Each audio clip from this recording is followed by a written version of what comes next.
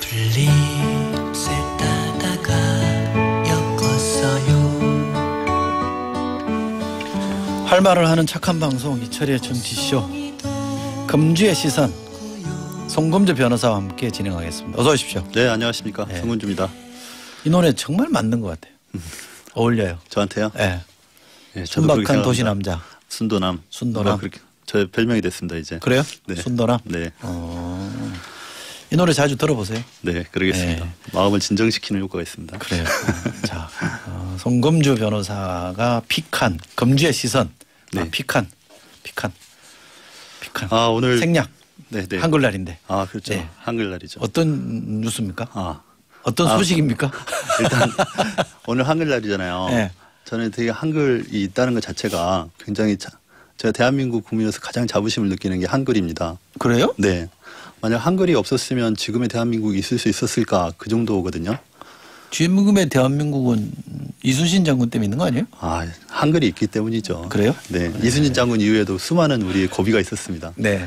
그걸 이어주는 그 명맥을 유지한 것이 한글 때문이 아닐까.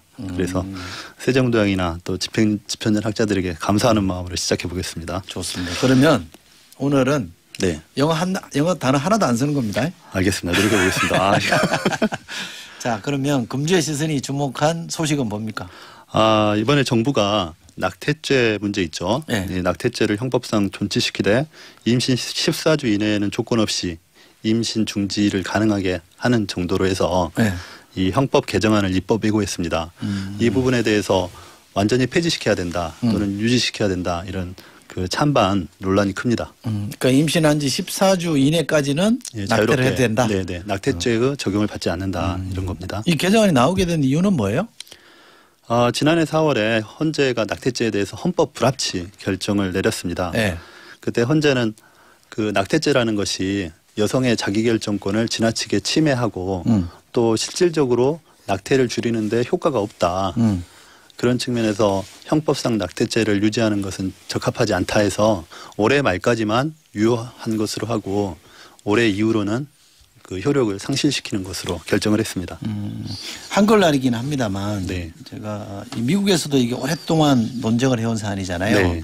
미국에서 표현은 프로 라이프 그러니까 이제 생명을 존중하는 입장은 프로 라이프고 여성의 자기결정권을 존중하는 거는 프로 초이스라 그러잖아요. 네, 네. 그러니까 선택, 네. 친선택적 입장인데 이 단어를 제가 일부러 소개해드린 이유는 핵심을 양쪽 주장의 핵심을 잘 드러내고 있잖아요. 네, 그런데 그렇죠. 우리는 낙태죄 허용 여부 이러니까 뭔가 본질이 잘 포착이 안 돼요.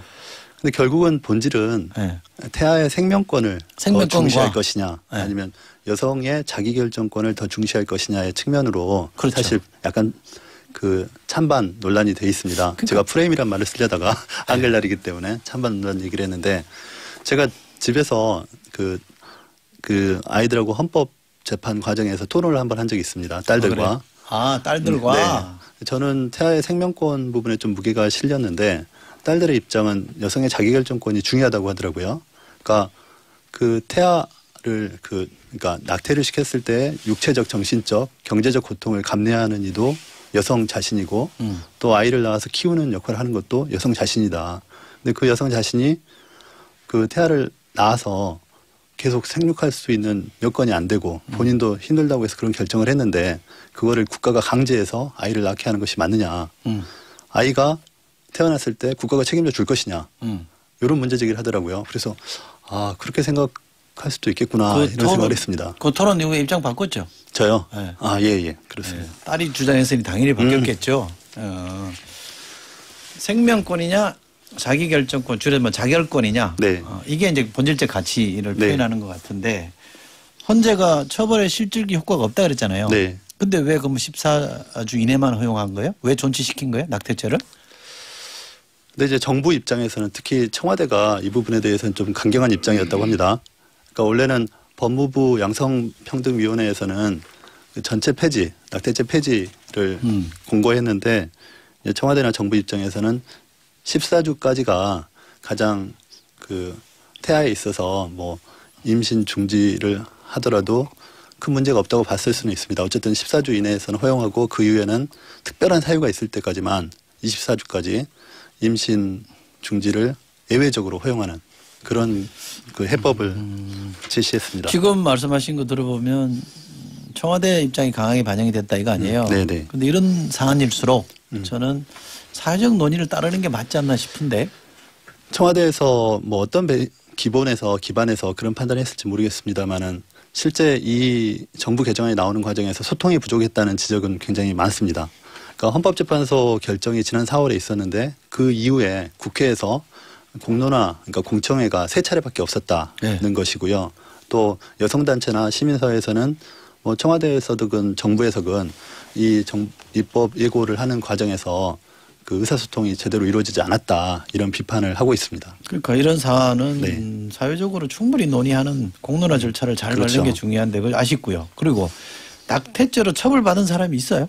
사례가 있어요? 아, 예, 사례는 있습니다. 있어요? 그래서 저희 그 헌법재판소 재판 과정에서 나온 건데 2010년 기준으로 해서 한 해에 한 17만 건 정도의 낙태가 있었다고 합니다. 예. 근데 2013년부터 2016년까지 살펴보니까 대검찰청 자료로는 한 해에 10건 정도 낙태죄로 재판에 넘겨진 사례가 있다고 합니다. 그러니까 아예 없는 건 아니죠. 하지만 사실상 실질적으로 그 낙태죄 자체 때문에 그 낙태를 줄이는 효과가 있는 건 아니다. 이렇게 본 겁니다. 헌법재판소는. 그럼 낙태죄를 그냥 두기로 한 거 이외에 네. 개정안에서 네. 조금 문제나 좀 그렇죠. 여기저기서 우려를 표명하는 내용도 있어요? 그러니까 14주 이후에 24주까지 이제 낙태를 허용받으려고 하면 본인이 그 임신 경위라든가 사회적 경제적 부담이라든가 또 어려움 이런 것들을 소명하고 입증을 해야 되는 책임을 갖게 됩니다. 여성이. 그래서 입증 책임을 져야 되는 부분에 문제가 있고 또 뭐 숙려기간이라든가 이런 여러 절차를 거치도록 해놨기 때문에 실질적으로는 낙태를 금지하는 효과가 생긴다. 이렇게 주장을 하고 있고 뭐 여당 내부에서도 뭐 오히려 그 낙태죄 처벌을 그 더 강화시키는 법안이다. 이런 주장도 있습니다. 미국은 어떻게 하고 있어요? 미국은 주마다 다르기 때문에 특히 이제 그 뭐 보수적인 기독교적인 정서가 강하거나 또 카톨릭 기반이 있는 주에서는 또 그 낙태죄에 대해서 좀 강화된 입장을 취하고 있는데 이제 프랑스나 캐나다 같은 경우 특히 캐나다는 굉장히 진보적인 입장입니다. 그런 부분에 있어서는 그래서 주수 제한 없이 낙태죄가 없고요. 프랑스도 최근에 그 낙태죄를 없애는 것으로 이렇게 정리가 돼 있습니다. 몇 주냐 하는 주수, 네, 네. 주의 수와 상관없이 실제 낙태를 허용하는 국가들도 꽤 많은데 한 70개 국가가 있는데 주수 제한을 하는 국가들도 또 상당히 있습니다. 그래서 아마 여러 입법적인 그 사례들을 비교해서 이제 정부에서 개정안을 마련했을 텐데 가장 아쉬운 부분은 그런 소통이 안 된 상태에서 이루어졌기 때문에 아쉽고 또 그렇게 했을 때 여성 개인이 어떤 책임을 져야 되는지 뭐 14주에서 24주 사이에 허용을 한다고 했을 때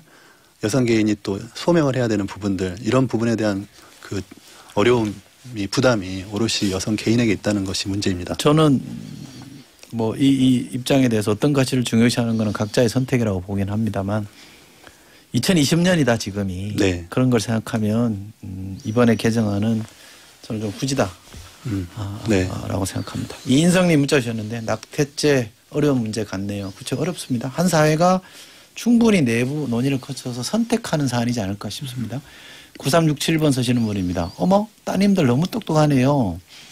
제 생각도 그렇습니다. 생명 존중 중요하죠. 하지만 베이비 박스에 버려지는 아이, 학대받는 아이들이 생기지 않았으면 좋겠습니다 하셨고요. 3737번 쓰시는 분입니다.